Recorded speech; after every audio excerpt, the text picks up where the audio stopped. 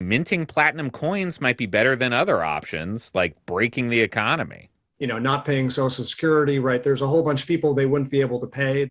There's debate over whether the coin gambit could supercharge inflation. Marin thinks the Fed could manage it, but a platinum based solution won't exactly inspire confidence in government bonds, says Mark Zandi, an economist with Moody's. If I were a global investor and I saw that, I'd say, hey, this is just not going to work. It's unsustainable.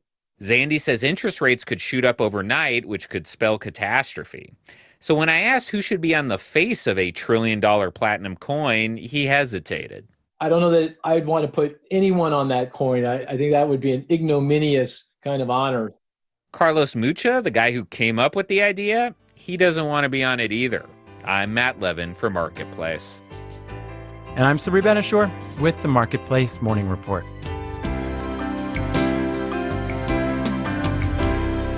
From APM, American Public Media. Wayne Hogan of the Terrell Hogan Law Firm. I'm Wayne Hogan. The Move Over Law protects police, fire, EMS, utility, and sanitation personnel by requiring drivers to move over and slow down for their vehicles. Learn more at waynehogan.law. Baptist Health is a proud sponsor of First Coast Connect with Melissa Ross. North Florida TPO, proud sponsor of WJCT's First Coast Connect, bringing to the community innovation in transportation planning, commuter services, clean fuels, and intelligent transportation systems. More at northfloridatpo.com.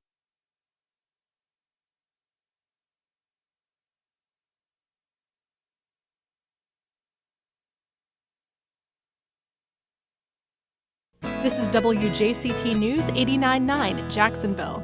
Ahead in the next 5 minutes, live local news for the First Coast from the WJCT News team.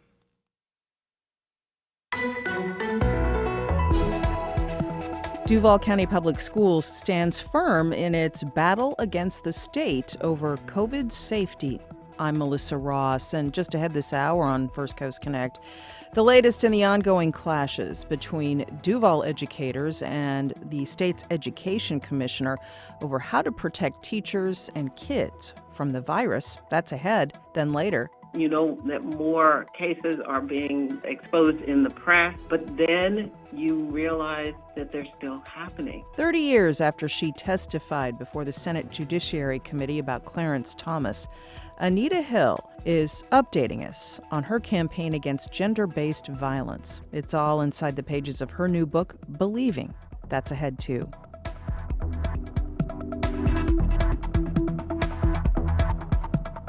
After the day's news.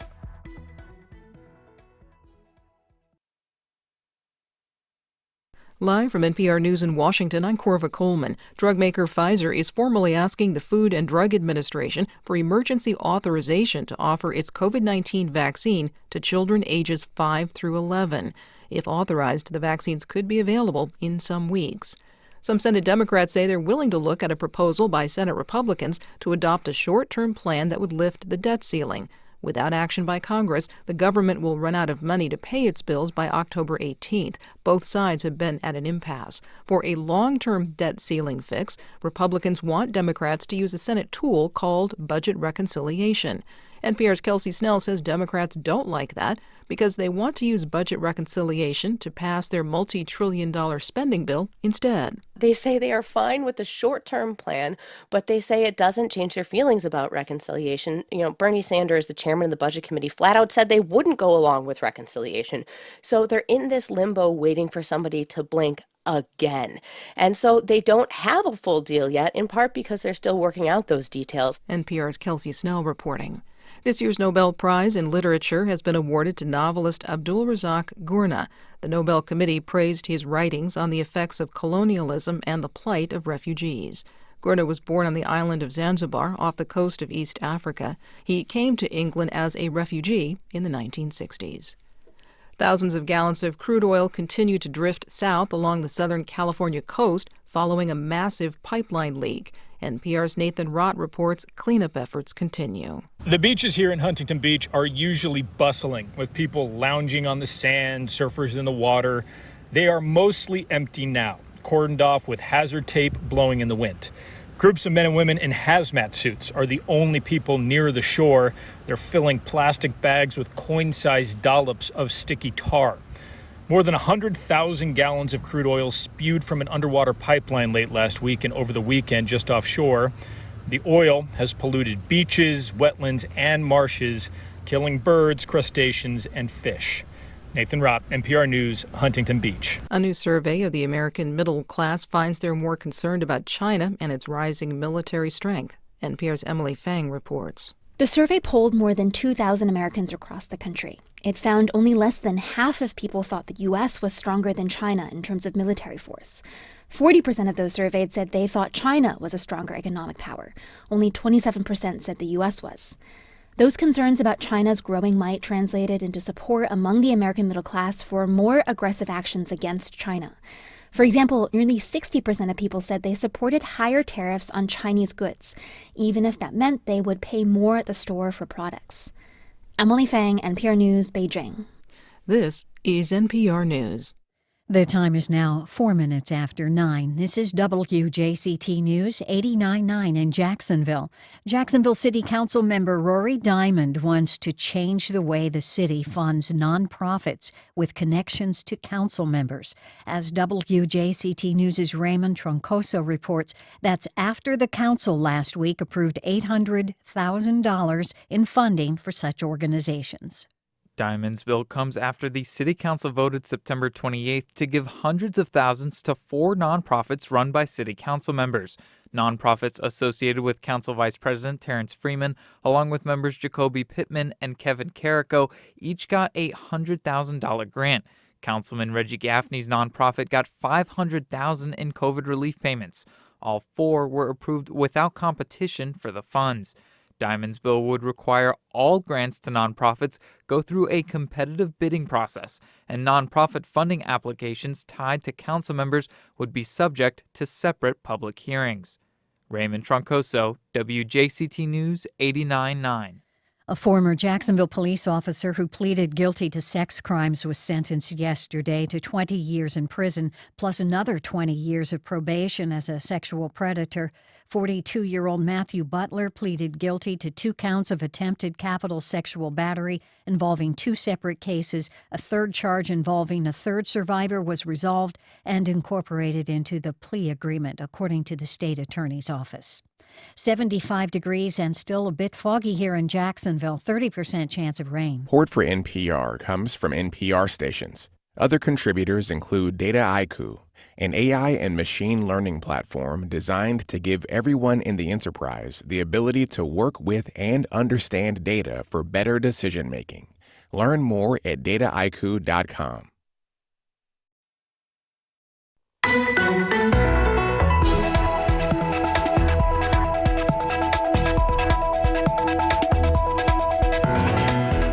Duval County Schools standing firm against the state in working to protect teachers and kids from COVID-19.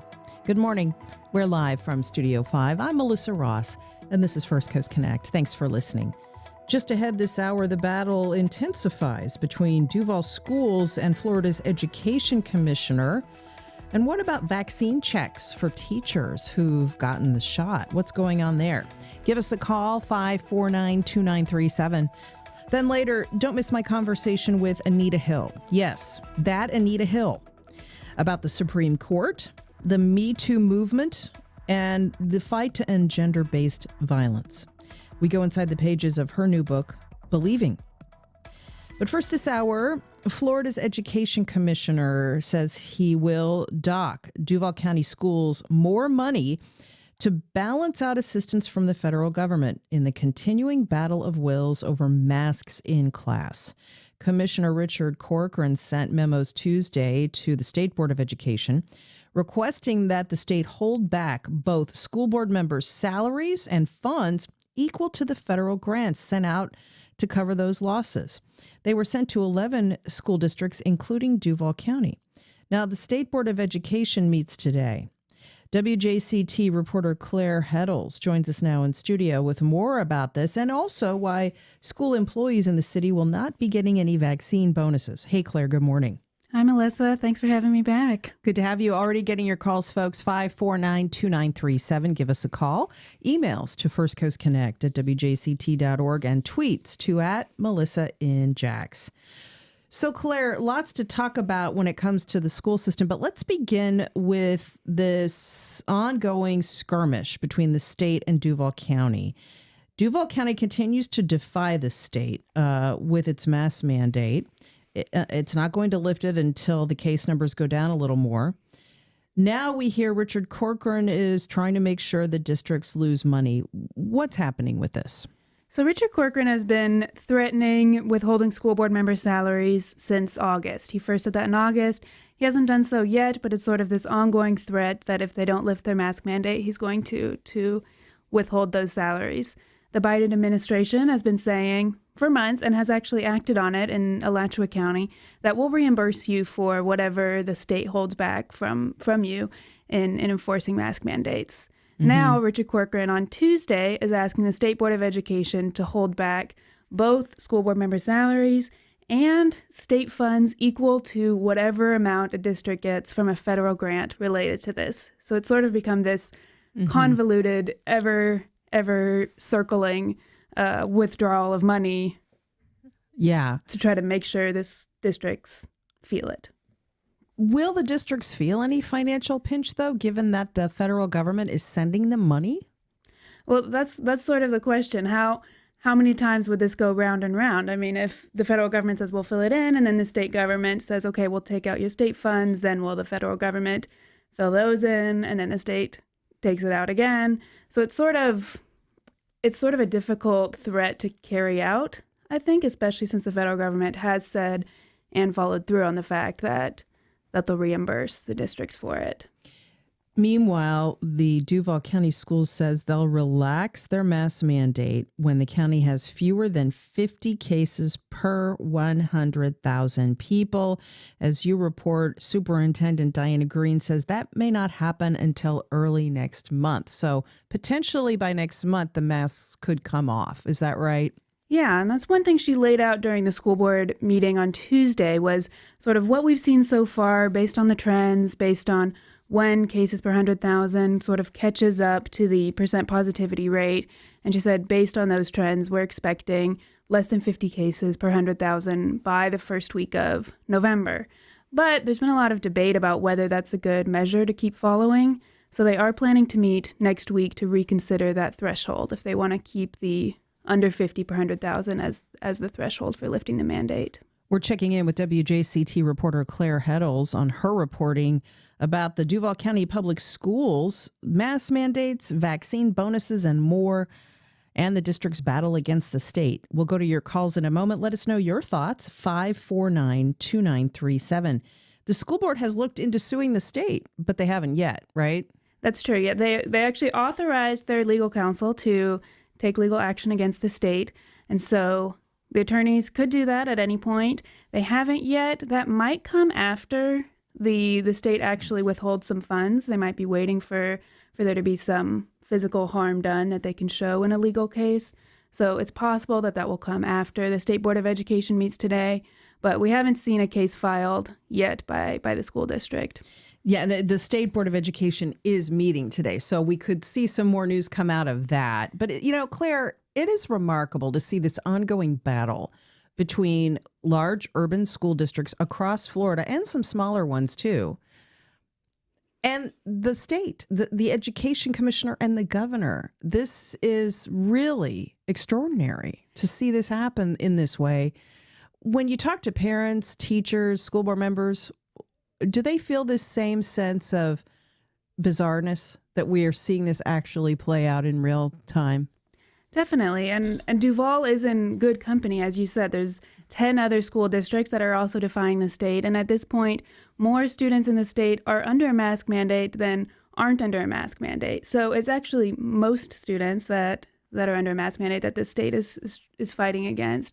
And so I think there definitely is this disconnect between what so many students are under and what the state is continuing trying to force. And I think there's also maybe a sense among some parents of this sort of distracting from other things that matter, that this ongoing legal battle over masks and debate over masks. It takes up so much time that focusing on improving education and school lunches and other sorts of issues that are important. Give us a call, folks, as we talk about the next phase of Claire's reporting. There was an attempt at the school board meeting to give vaccinated school employees $200 and an extra week off. It was shot down in a tied vote 3-3 by the school board. Part of the reason for that is board member Elizabeth Anderson had to be absent, and due to census changes, they were unable to vote this through. Basically, though, what they were looking to do was give a vaccine bonus to people who had gotten vaccinated. That is something a lot of companies are looking at doing, not just the Duval County Public Schools, right? It's true. A lot of companies are doing that. And Duval County Public Schools already has one vaccine bonus. This would actually have been an additional vaccine bonus. Last month at the September school board meeting, they authorized a $200 credit to go towards health plans. So it could be a discount on your health insurance or towards your benefits. And that was for school employees and if they were vaccinated. So there have already been some vaccine incentives. This would have been an additional $200 direct check to vaccinated employees and this extra week of emergency leave. Now, they only could have used that if they tested positive for COVID. It was like emergency COVID leave. But it did seem, though, like an attempt to incentivize teachers, the majority of whom are vaccinated anyway. As you report, Claire, School Board Chair Diana Green said this week 10 teachers in the city have died from COVID in just the past 3 months. She said between paid leave last year and paying for medical expenses, the district has spent millions in trying to cover costs associated with this pandemic, which is really eye-popping. Yeah, that was one of the things that the school board members opposing the incentives were talking about. They're saying this is a waste of $2 million. Why are we just handing out checks? And what Superintendent Green says is we've already spent $10 million on healthcare, paid leave, and hospitalizations for teachers that have gotten COVID between last year and this year. And so $2 million is actually a drop in the bucket of the cost of people being hospitalized for this disease. We're talking with reporter Claire Heddles about vaccine bonuses, masks in schools, the state's battle with districts like Duval County. How is federal money being sent to school districts going to be spent? 549-2937. Kendra in Mandarin. Hi, Kendra. Good morning. Good morning, Melissa. I'd like to say that I am absolutely in favor of incentivizing teachers getting vaccinated. Teachers receive incentives all the time on a merit-based system, which is also called performance pay. I know that when I worked at a turnaround school in Duval County Public Schools, I received a $3,500 sign-on bonus to commit to staying at that turnaround school for 3 years. And even though I didn't accept it, I was also offered about $1,500 to stay another 2 years, but I actually moved to a different school. So I just wanted to say that we incentivize performance and sticking with turnaround schools with monetary incentives all the time. We also require vaccinations for students. So this is nothing new. It would just be an additional incentive. Thank you. Yeah, Kendra, thanks. Claire, do you think they might take this matter up again? I'm not sure if they'll take it up again. I mean, I think that's a great point that there are a lot of incentives in the district. And another thing that the school board members supporting the measure said is that all these unions agreed to it. And I speak to one of the union representatives, and he said he sent the proposal to all of his union members, and he didn't have a single negative comment about it. Everyone, even those that were unvaccinated, signed on to it because it did have a benefit both for unvaccinated and vaccinated populations. It had the $200 check and the extra week off for vaccinated employees, and it would have given all other employees another 24 hours off of emergency paid COVID leave. So it actually had a benefit for all employees, regardless of whether they got vaccinated. But this particular memorandum, I think, is unlikely to come back up. They may consider another incentive, but probably not in this direct check kind of way. 549-2937. Ron in Mandarin. Hi, Ron. Hi. Go ahead. I have a comment. This governor is against mandates on masks, and children are going to school, getting COVID, going home, getting to the hospital, dying. Why hasn't somebody told the governor he's murdering children? The governor would disagree with that, Ron. Thank you for your call. Claire Heddles, this gets at the heart of our political divide right now over how to respond to this pandemic. Whether you believe in the governor's stance giving parents the right to decide whether their kids wear a mask, and whether you believe that universal mask wearing won't do a lot to limit the spread of COVID-19 in schools. By the way, that's not true. The data is in that universal mask wearing does limit the spread of COVID-19. Or whether you agree with the protocols that school districts are taking, even though kids are less likely to get seriously ill and die from this disease, far less likely than adults, there are still some kids who are getting sick and are ending up in ICUs. Yes, it's a minority of children, but it's still enough children that these districts are taking the risk of defying the state over this matter. And there's children, of course, that live with family members that are immunocompromised or that are older, that are particularly susceptible to COVID. And I would also say beyond just the battle of wills over COVID and masks, one thing that has come up repeatedly is that this is a battle over local control. And I think that's a large part of what the school board has been saying, especially those that are in favor of defying the governor, saying that this isn't just about masks, this is about setting a precedent for the future, that when we vote, we make a decision as a school board for our community that actually stands, that the governor can't come in and overturn it sort of based on whatever he wants in the moment. Lots of tweets, and you can also call the show at 549-2937. People have questions about the decision as to when they might end the mask mandate. Here's a tweet from Ann. Is that 50 cases per 100,000 students or 50 cases per 100,000 people in all of Duval County? Neither makes any sense. Elementary kids under age 12 still don't have access to a vaccine. Cases will explode if they don't wear masks. So it's countywide. So they're basing it on Duval County Health Department's measures for moderate transmission. So they said they'll lift the mandate when we reach a countywide moderate transmission level. And there's actually two factors that play into that moderate transmission level. One is the under 8% testing positivity rate, which we did reach last week at 7.3%. And then the second is the less than 50 cases per 100,000 countywide. And people are wondering, too, about the money that the state says it will withhold from schools. So let's talk about that a little more. For people who are confused about this, the state is trying to withhold the salaries of educators who are defying them on masks.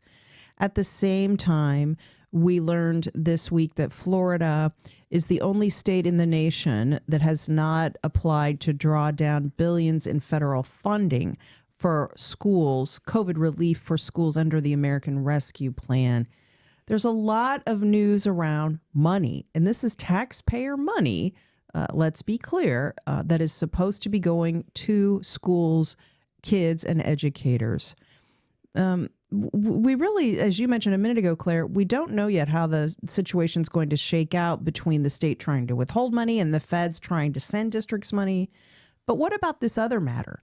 That Florida hasn't even applied for billions of dollars in funding, the only state that hasn't tried to draw down this funding, and they haven't spent most of what they already have gotten from the federal government. Do we know why? Well, Governor DeSantis's reasoning, what he said was that the schools haven't asked for it, which I think a lot of school districts and school board members have been up in arms about, that it's not that we couldn't use the money, it's that maybe there weren't the pathways to request it or to apply for these funds. But that's what the governor said, was that the districts haven't asked for this money. In terms of the specific money that would be withheld over the mask mandate, we calculated what that would be for school board members' salaries Education Commissioner Richard Corcoran says it'll be on a monthly basis, so it'll be 1 month's worth of school board member salaries. In Duval County, that's $22,000. So the state might withhold $22,000, then the federal government presumably would step in and give us $22,000, and then the state is now saying we would withhold $22,000 of our funds to you in another pot to make sure that you still feel that $22,000. Okay. This is something that, let me ask you this. For people who don't have kids in the Duval County Public Schools, why should they care about this? Let's talk about that. Well, definitely COVID itself spreading in schools makes a difference for everyone in the community. And I think that's one thing that has come up a lot in the mask mandate debate is that even if kids don't get really sick, even if they can recover, they still live in a community with people that can't necessarily recover and that might get really sick. And so what happens in schools impacts everyone who lives in a community that has schools in it. Mm-hmm. That's the thing that can be hard sometimes to translate to folks. It's 549-2937 now. You'll be following the State Board of Education meeting today. This should be really interesting because it's gotten so acrimonious and so bitter between the state and these 11 school districts, including Duval County. Do we have any idea of what the Education Commissioner Richard Corcoran might say or do today? So the memos that Corcoran filed to the State Board of Education that they'll be reviewing, they're all quite similar. There's 11 of them, one about each school district. So we have the one about Duval County posted on our website if you want to read it. But it goes through sort of the history of when we implemented the mask mandate, what the commissioner has said, and how we've decided to continue with the mask mandate. And then after he lays this out in his memo, he asks the State Board of Education to withhold the school board member salaries and this federal grant money that they might get for each of these 11 districts. So he's laid out his requests pretty clearly. We don't quite know yet what the State Board of Education is going to do in response. Okay, it's 549-2937. Let's take one more call. It's Gigi on the south side. Gigi, good morning. Good morning. My question is this, and I've just heard this for the first time. If there's billions of dollars that DeSantis can draw for schools, why aren't we ventilating the classroom? Maybe putting air purifiers in the classrooms? Since as a state level, he won't allow masks, well then let's try to protect the kids' plexiglass on their desks. But I mean, there's a ventilation system that restaurants use, and it doesn't make sense. Yeah, thank you for that, Gigi. You know, Claire, we're getting emails about this too. Here's one from a pediatrician, Dr. David Childers. He emails the show, the Department of Ed has not released the legislatively assigned funding for discretionary programs for kids with disabilities. They have an approved spending plan submitted in April. They withheld a large amount of money last fiscal year due to COVID. And so, you know, I think it's fair to say there is a lot of frustration about this among all kinds of different stakeholders. Why this money isn't being spent on COVID relief measures, helping kids with disabilities, all of the things the money's intended for. Right. As both these listeners said, there's tons of uses for this money. The HVAC systems, that's something that came up this week during the school board meeting, that it would cost $6 to $8 million to update all the HVAC systems in the district. And that was one thing school board member Joyce referenced in voting against the vaccine incentive. She said instead of doing the $200 checks towards vaccine incentives, why don't we put it towards the HVAC systems? That would cost $6 to $8 million. But there is this state money, and it does seem like it would be possible to access the federal money coming to the state to update our HVAC system and still be able to afford vaccine incentives. We'll follow it. The State Board of Education meets today. Look for Claire's update on that at wjct.org and on our newscast. Claire Heddles, always good to speak with you. Thanks. Thanks, Melissa. And much more still ahead. Later in the hour, how you can enjoy a taste of the Philippines downtown this weekend, but up next. you know that more cases are being exposed in the press, but then you realize that they're still happening. A conversation about gender-based violence with Anita Hill. Yes, that Anita Hill. We go inside the pages of her new book, Believing. That's after this.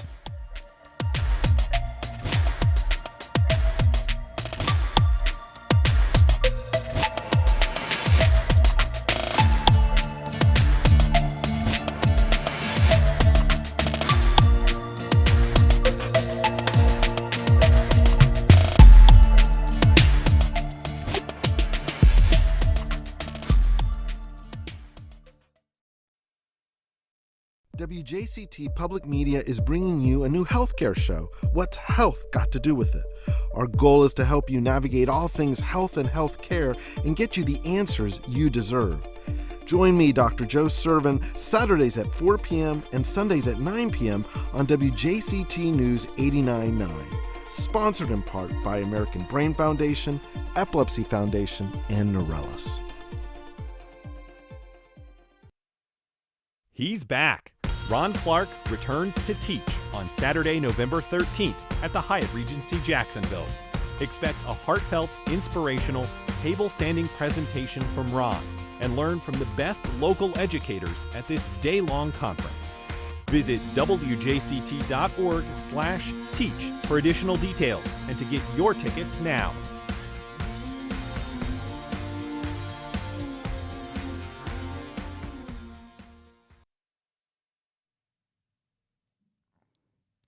Welcome back. Well, 30 years ago this fall, Anita Hill faced down an all-male, all-white Senate Judiciary Committee. It was led by then-Senator Joe Biden. And she testified that her boss, Supreme Court Justice nominee Clarence Thomas, had sexually harassed her. It was a landmark moment for these issues, and it inspired countless women to come forward with their stories, to file complaints, and even to run for office. Remember the year of the woman back then?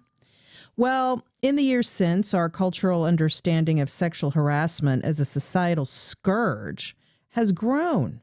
But unfortunately, too much remains the same. 19 million Me Too tweets showed that gender-based violence is ubiquitous, but real change remains elusive. So what happens next? In her powerful new book, Believing, Our 30-Year Journey to End Gender Violence, Anita Hill draws on her decades as a teacher and a legal scholar to explore the far-reaching impact of gender-based violence, why it persists, why it's systemic, and what we can do to change it. Believing is a strident call to arms from one of our most prominent and poised survivors. As she draws on lessons learned from the Thomas hearing in 1991, the Brett Kavanaugh hearings in 2018, and countless events in between and since, Anita Hill shows how far we have and haven't come in 30 years, and what should come in the next 30. I spoke with Anita Hill about her book, Believing. Here's that conversation. Anita Hill, it's a pleasure to speak with you. Thanks so much for joining us. Oh, it's my pleasure. Thank you. You know, with the release of your book, Believing, the subtitle is Our 30-Year Journey to End Gender Violence. The first thing I thought when I opened your book was, wow, it really has been 30 years since you testified during the hearings to confirm Clarence Thomas to the Supreme Court. And, you know, in everything that's happened since that time, one takeaway I took from your book is that we've made progress, but then in so many ways we have not. Is that part of what motivated you to write this book?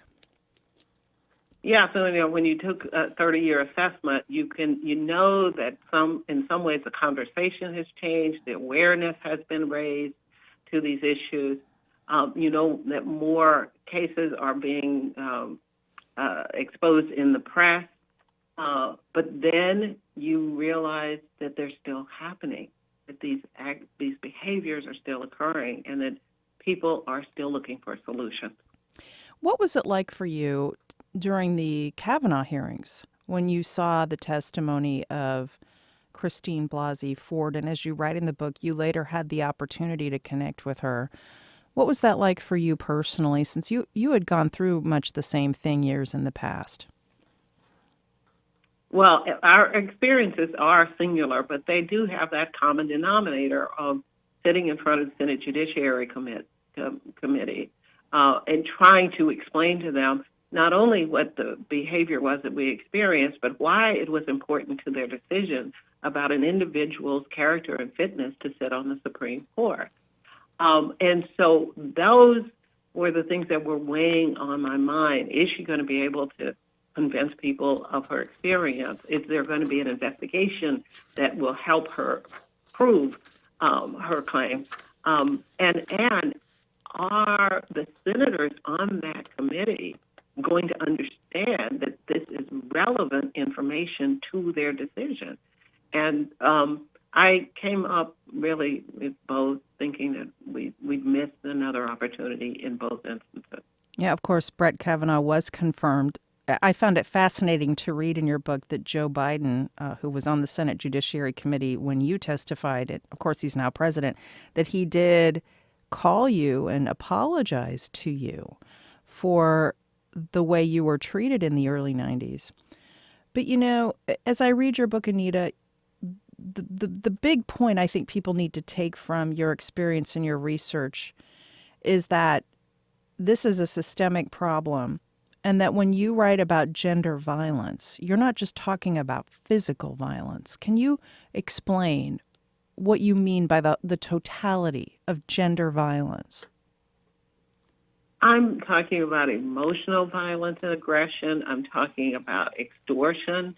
In some cases, there's economic aggression where women who are in intimate partner relationships are extorted from the money that they earn, for the money that they earn. I'm talking about sexual harassment that sometimes includes physical violence, groping, and such sexual assault, but also that includes verbal and emotional harassment that can occur in the workplace. So I'm talking about a range of behaviors, and bullying among elementary schools. You know, I start really talking about how this behavior is, where it's located, with talking about what's going on in elementary schools and the fact that it's a problem that most people are not aware of, but that is happening in our schools today. In many cases, it's based on a child's gender identity or the way that they express their gender or sexual identity.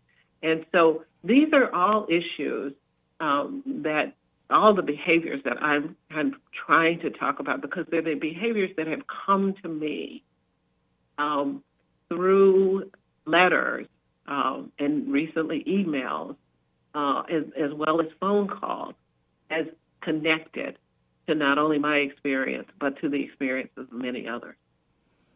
So in your book, Believing, you talk about this as being a systemic problem that requires systemic solutions.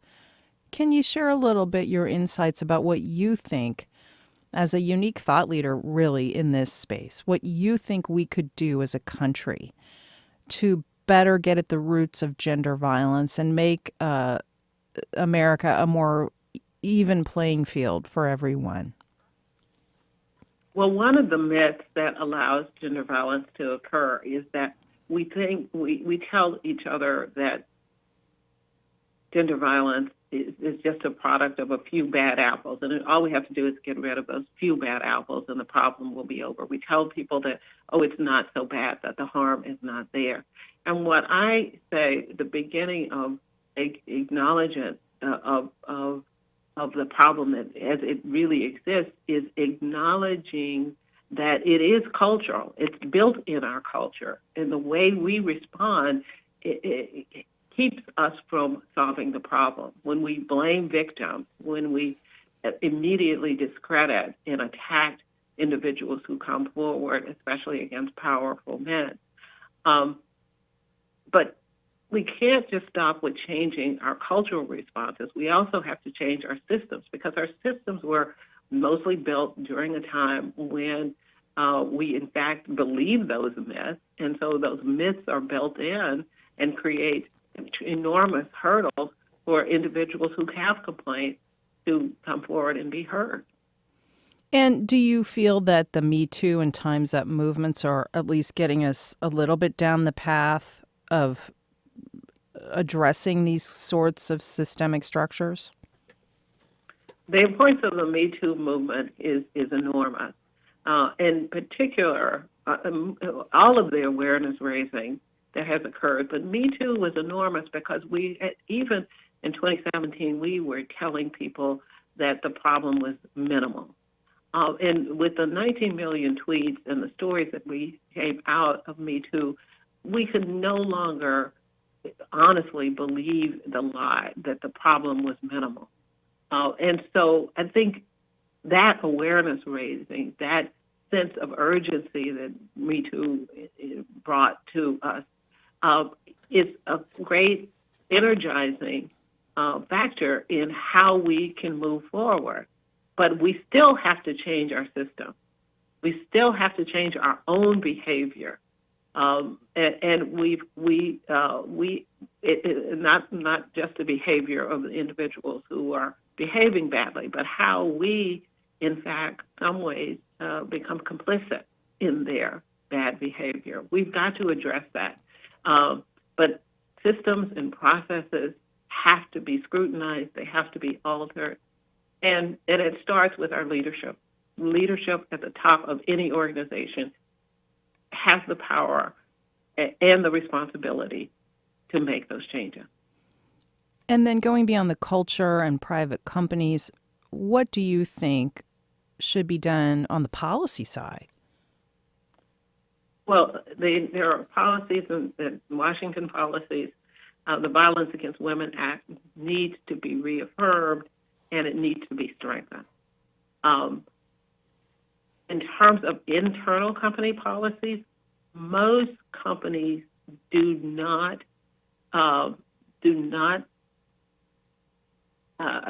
most companies don't have policies against what we call these microaggressions and gender harassment and even bullying.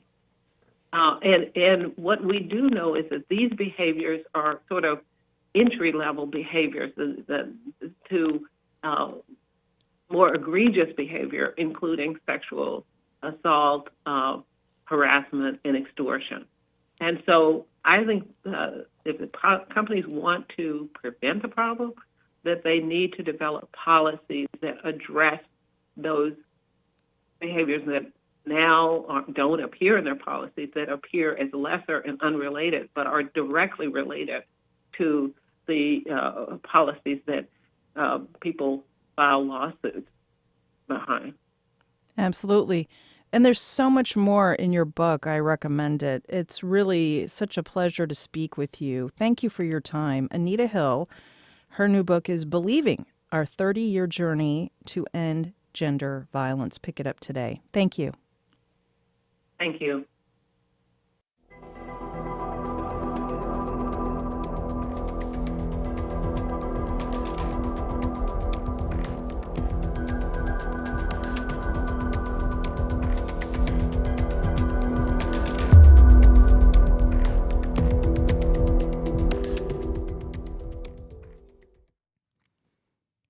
Well, right now we want to update you about a bipartisan effort to keep Florida children out of what's come to be known as the school-to-prison pipeline.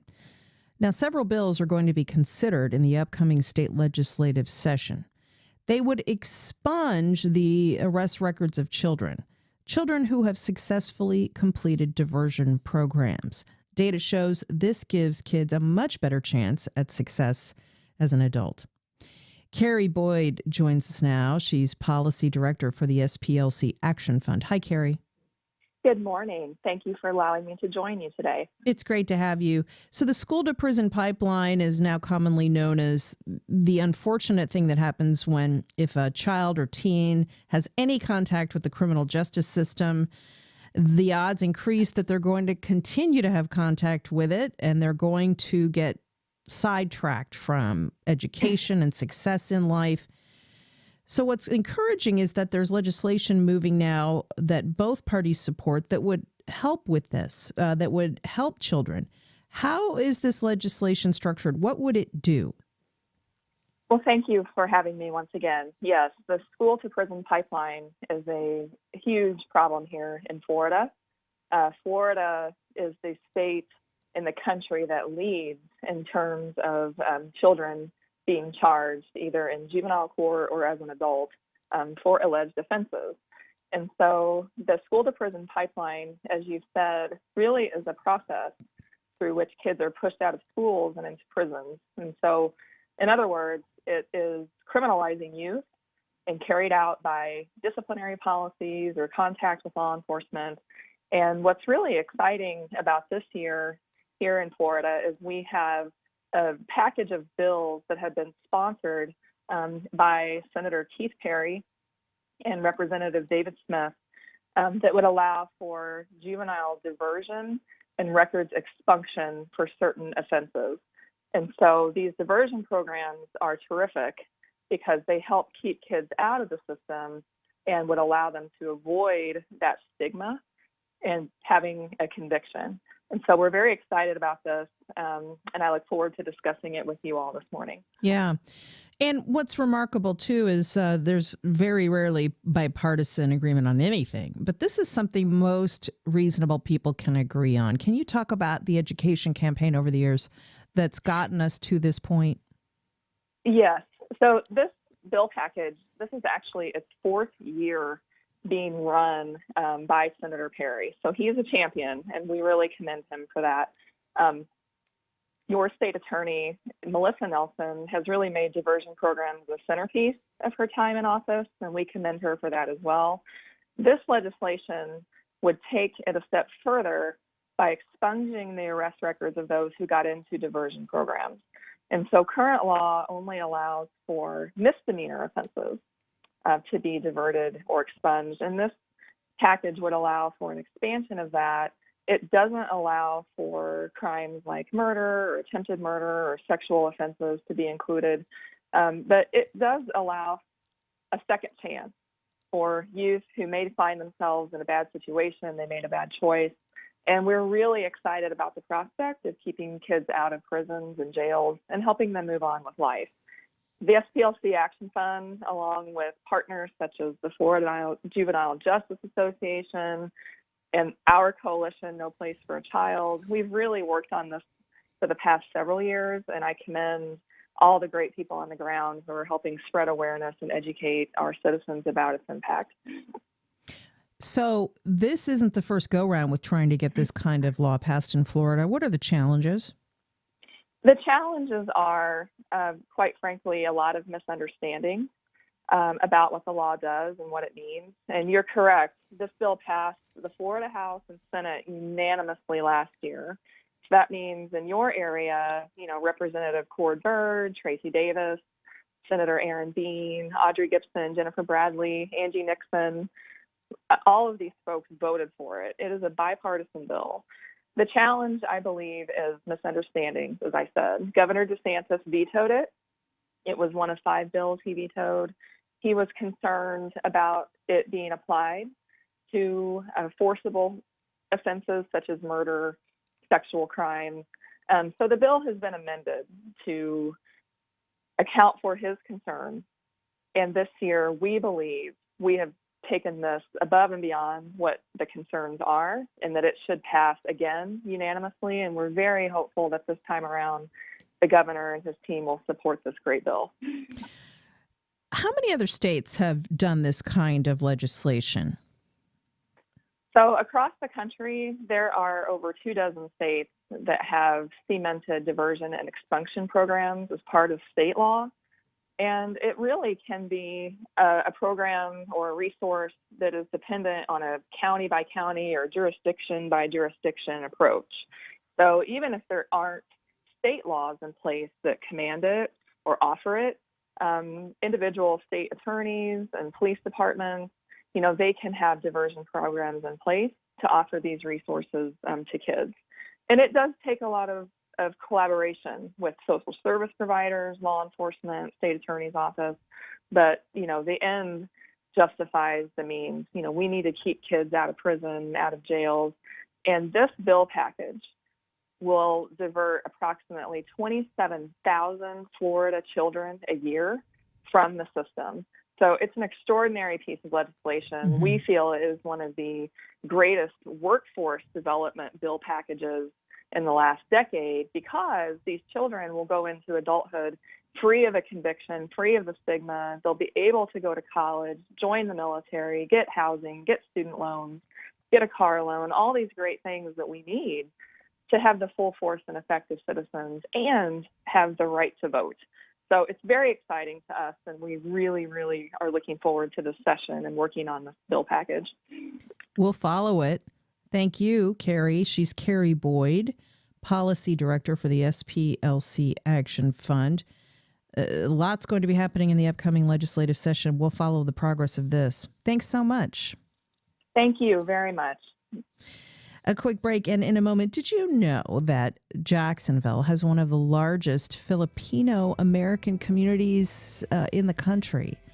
You can enjoy a taste of this vibrant local culture coming up this weekend with a taste of the Philippines. We'll have a preview of all the fun in just a few minutes. You're listening to First Coast Connect on 89.9.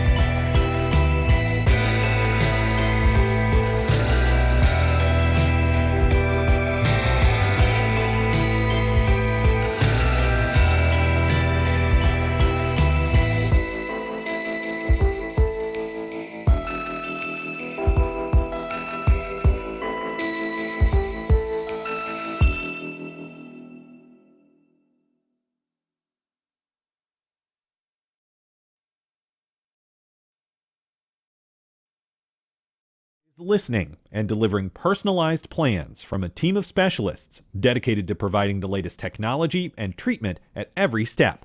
Get the care you need at ascension.org. Congaree & Penn, dedicated to agriculture and culinary endeavors, offering field-to-fork dining and outdoor experiences on over 300 acres. Sip, dine, explore. Information at congareeandpenn.com. He's back. Ron Clark returns to teach on Saturday, November 13th at the Hyatt Regency Jacksonville. Expect a heartfelt, inspirational, table-standing presentation from Ron and learn from the best local educators at this day-long conference. Visit wjct.org/teach for additional details and to get your tickets now.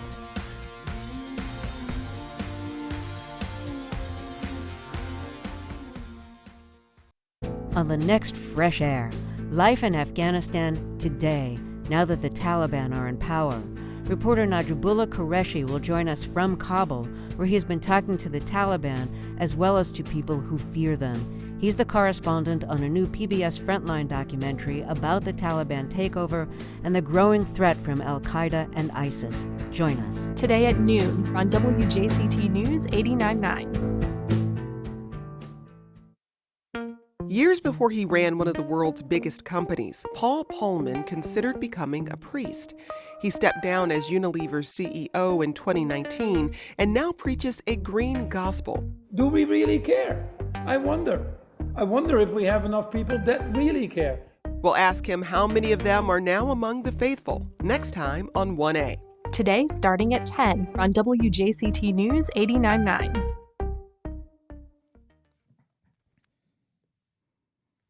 Welcome back. Well, Jacksonville has a large and vibrant Filipino community, one of the largest around. And this weekend, you can get a taste of the Philippines at a special event. Commercial photographer Agnes Lopez grew up in this community. She's on the line to give us a preview. Hey, Agnes. Hi, how are you? I'm great, and it's good to hear your voice. So tell us a little bit about a taste of the Philippines. It's coming up at the Mosh. Yes, it is this evening. It's tonight. We have, I misspoke. or- Thank you. yeah. Yes. Yes, it is this evening. We have a few tickets left, so get them soon. But we will have several different food vendors serving up different foods, probably some that you've never tasted before, such as Abstract Filipino Essence. We've got Perfect Pear, Casina Jack's, and many more. We also have a Secret Tiki Temple and sponsored by Tanduay Rum, serving up some Filipino-inspired cocktails that will be sold at the event. And we have a pop-up art exhibit with local artists, Filipino artists, as well as guest speaker Jeffrey Manuel tonight. Including some artwork and some of your newest work that will be exhibited. Yes. Tell us about the Pinay Project. Yes, the Pinay Project Pinay. is, yes, Pinay Project. I'm batting 1,000 today, aren't I? No worries. That all started because I wanted to see more Filipino artists like me out there, and I looked around and I didn't, so I searched all over the community and started this photo series project of these strong women in the community who are producing art, and so I have took their portraits and have them. They will be displayed, and they're all local artists. And my main thing is I wanted to see people. In my portfolio, I noticed I didn't have many people that look like me, so I started that project, and that kind of spurred the art exhibit tonight. And several of them that I photographed will be exhibiting. And we're all very excited, and I'm excited to see what they've all created. Now, let's talk, if we could, about the vibrancy of this community in Jacksonville. People might not realize what a large Filipino American community we have here. Yes, we are, I believe, the largest in the Southeast. Whenever I say that, everyone's so surprised. We are all over Jacksonville, and I think a lot of people don't realize it is because, sometimes we're hidden. And that is one of the reasons we started doing this event. This is our 4th annual event, is we wanted to let people know that we're here in the community, and we want to share with you guys and welcome you into learning more about who we are. What was it like growing up Filipino American for you in Jacksonville? That is a good question. Growing up in Jacksonville, I always thought of myself as an American. Honestly, I'm born and raised in Jacksonville, and I really didn't start connecting with my Filipino side until I got older. And I've learned so much. Specifically, this October is Filipino American history, and I have learned so much of how we are such a huge part of the American history. There's so much Filipino American history that happened here that I was not taught, and I am just now so fascinated and immersed in this and in constantly learning. So. And people can learn more when they come out to the Mosh tonight. This is a family-friendly event, although you will be serving alcoholic beverages. You want people to bring the whole family. Yes, we do. It is a family-friendly event, and you have access to the entire Mosh Museum, which I believe they have a new exhibit, the Da Vinci exhibit, that you can also explore as well. So it's definitely a great event, and you will definitely learn a lot. All the chefs, I think they have like this special kind of QR code where they will explain the dishes, and some of them may even have the recipes that you can learn about where the origins are from, and learn a little bit more detail instead of just you trying out food and not knowing what's in it, where it came from, what the origin is. So. Yeah. It's funny.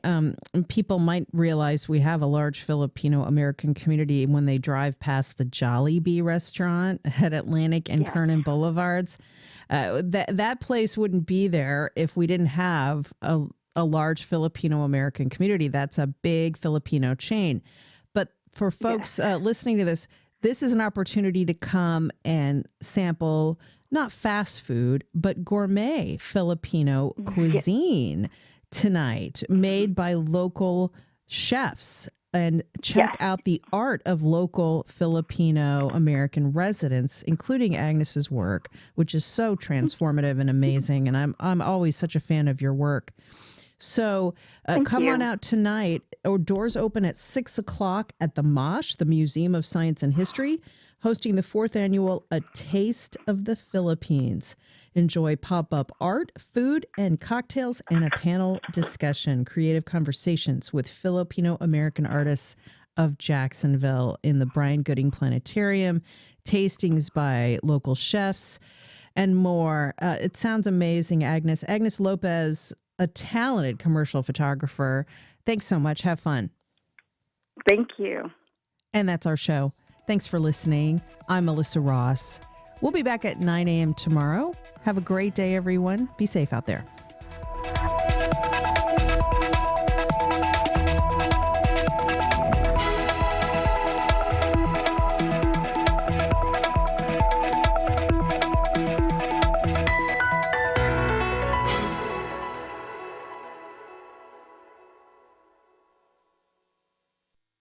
Support for First Coast Connect is provided by Baptist Health and the North Florida TPO. North Florida TPO, proud sponsor of WJCT.